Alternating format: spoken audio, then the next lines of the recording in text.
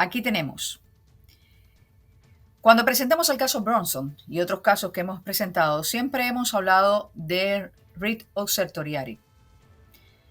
Y es muy importante, porque mucha gente piensa que estamos hablando de algo que no existe, de algo que no se puede cumplir, de algo que es otra bla bla bla detrás de escena. Y ustedes saben que nosotros siempre hacemos determinadas cosas que le dejamos a la historia porque son cosas para entender y comprender. Creemos que en estos momentos es muy importante que ustedes entiendan qué significa esto, este certiorari.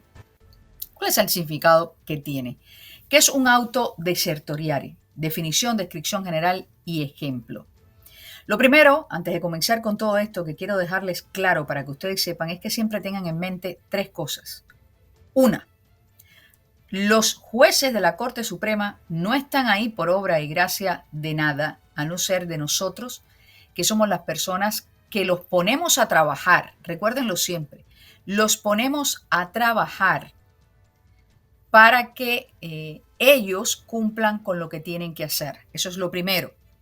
Lo segundo que tenemos, el aumento a 9 jueces de entre los jueces de la Corte Suprema fue simple y sencillamente una solución para que ellos pudieran responder mejor a lo que nosotros le estábamos diciendo. No los aumentaron por otra cosa, los aumentaron para que tuvieran más rapidez en su trabajo. Entiendan esto bien. Y tercero, por constitución, el writ certiorari lo que dice es que la Corte Suprema no puede negar ninguna petición de los ciudadanos. Teniendo en cuenta estos tres aspectos, les voy a decir qué cosa es una petición de certiorari. Abajo creo que hay un escrito, me da ligera impresión. Y síguelo más abajo. Ahí está. Auto de certiorari. ¿Qué es un writ certiorari? Para responder a esta pregunta se deben definir dos términos legales. Auto, un documento legal formal que ordena a una persona o entidad, como una empresa o una rama del gobierno, realizar una acción o abstenerse de realizar dicha acción. Certiorari es un término del derecho en latín que significa estar informado de. La ley del latín es un lenguaje legal de derecho consuetudinario inglés antiguo que usa palabras en latín, francés e inglés en significados legales específicos. Certiorari tiene implicaciones algo diferentes en diferentes países. En los Estados Unidos, la Corte Suprema de los Estados Unidos suele emitir un auto de certiorari a un tribunal inferior para revisar los procedimientos o decisiones de ese tribunal para determinar cualquier error legal o constitucional. Antecedentes del auto de certiorari. El artículo 3 de la Constitución de los Estados Unidos estableció una Corte Suprema y un Poder Judicial Federal. A la Corte Suprema se le dio la responsabilidad final de ser la autoridad supervisora de los tribunales para que los ciudadanos pudieran esperar esa uniformidad en la ley.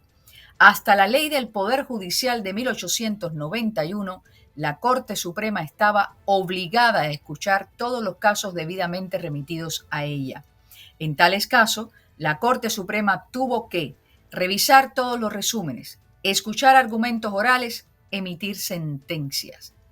A medida que la población de los Estados Unidos creció a un ritmo explosivo en la década de 1800, la Corte Suprema se inundó de casos que crearon una acumulación de varios años. Justificación para hacer lo que hacen después. El Congreso intentó aliviar la presión de los casos sobre la Corte Suprema al aprobar dos leyes. La Ley del Poder Judicial de 1869 agregó un 9º asiento a la Corte Suprema, que sigue siendo el personal de la Corte en la actualidad. La ley de 1869 también ordenó que cada uno de los 9 circuitos federales tuvieran un juez de circuito designado que viviera en el circuito. Este juez de circuito tendría la misma autoridad que el juez de la Corte Suprema asignado a ese circuito. Para entenderlo, había 8 jueces, pues ellos necesitaron poner un 9 supuestamente para tener 9 circuitos. Esos 9 jueces de la Corte Suprema, cada uno atiende uno de estos circuitos. Y en cada uno de estos circuitos tiene que haber un juez de la Corte Suprema de ese circuito porque vive en ese circuito. Esto no fue para crear más gente dentro de la Corte. La solución, dicen ellos, al problema de más casos por más habitantes.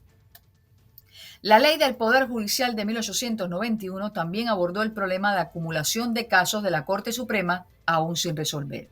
La ley creó 9 tribunales de circuitos de apelaciones para revisar los fallos de los tribunales inferiores por error legal o constitucional.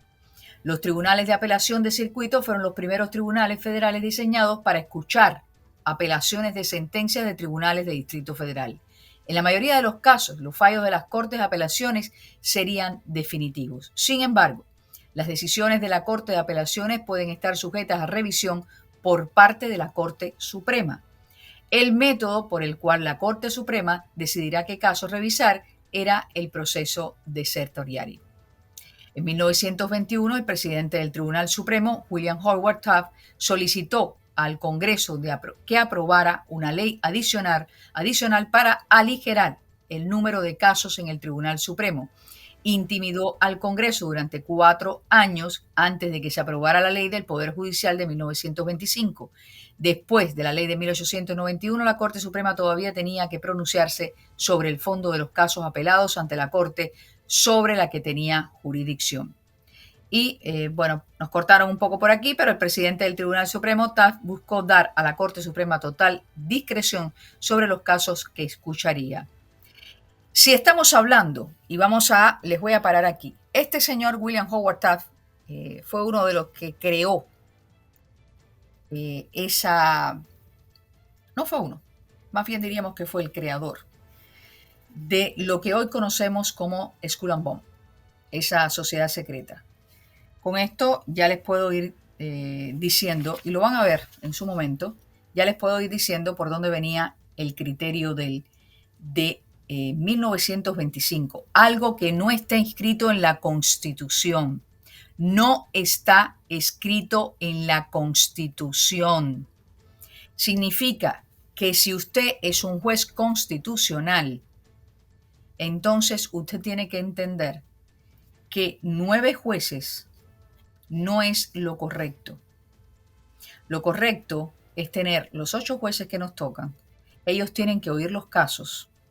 Así que si vamos a recuperar la Constitución, tenemos que empezar por entender la Constitución. Tenemos que empezar por entender nuestros derechos. Nuestros deberes son muchos. Créanme que tenemos muchísimos deberes como ciudadanos. El primero es entender que debemos ser respetuosos. Número 1. Y yo creo que el básico, ante todo, respetuosos con nosotros y con los demás. Pero si vamos a entender la Constitución y nuestros derechos, antes de comenzar a hablar y criticar, lo primero que tenemos que hacer es comprender, entender, analizar y conocer nuestra Constitución. Y ese ha sido nuestro trabajo todos los días, poco a poco, ir descubriendo los secretos legales de este país y, por supuesto, de alguna manera u otra, se abre también al mundo entero. ¿Qué significa un ratio sectoriari? Es el derecho que nosotros tenemos, dado por Constitución, de decirle a la Corte Suprema, lo que se hizo no está correcto, a mi entender. Y yo quisiera que usted, muy cortésmente, lo volviera a revisar. Algo que por Constitución la Corte Suprema no se puede negar. Dicen que se tiene un 9º juez para el 9º circuito, pero que además repartieron, o sea, lo que hicieron fue piramidal. Si ustedes se dan cuenta, lo que ellos crearon, porque como les encantan las pirámides, fue piramidal. Tenemos los 9 jueces, agregaron uno más, porque les encanta el número 9 también, no les gusta mucho el 8. Entonces hicieron 9 jueces con 9 circuitos que a su vez ellos tienen sus dependencias. O sea, lo que crearon ahí fue una ramificación para que el caso no llegara nunca arriba, más o menos, para que no llegara. Y encima el señor Taft también le agregó muchísimo más a esto. Así que para entendimiento de todos, el resource sectoriari es algo que nos corresponde por Constitución. la Corte Suprema, y si somos constitucionalistas, como dicen los de la Corte Suprema que son, pues entonces usted tiene que obedecer a lo que dice la Constitución. Ha de escuchar los casos que los ciudadanos, que somos los que pagamos su salario y los mantenemos a ustedes ahí, nos tienen que escuchar para que la gente comprenda. Y cuando usted va a hablar o va a decir, por alguna razón, esto no es verdad, lo que ustedes están diciendo es teoría, lo que se está hablando es bobería, sepa que usted está hablando algo que no le corresponde hablar porque no conoce lo que es. Así que con esto ya en las manos y teniendo esos 3 puntos que les dije que tenían que tener, primero, las Cortes Supremas, nosotros somos quienes la pagamos, responden a los ciudadanos. Segundo, el noveno juez se creó por vagancia de las Cortes, porque ellos dijeron que había más ciudadanos que ahora con más casos. No sé, porque los ciudadanos nacieron a partir de 1800, así que quiere decir que no sé por qué dicen los demás casos. Y tercero, no para que se tomen vacaciones como se las toman. Y tercero, que por constitución han de escuchar los casos con los cuales las personas no están conformes. Bueno, entonces vamos a contarles otra historia más que me gustaría que quedara también en la memoria de ustedes. Vamos allá.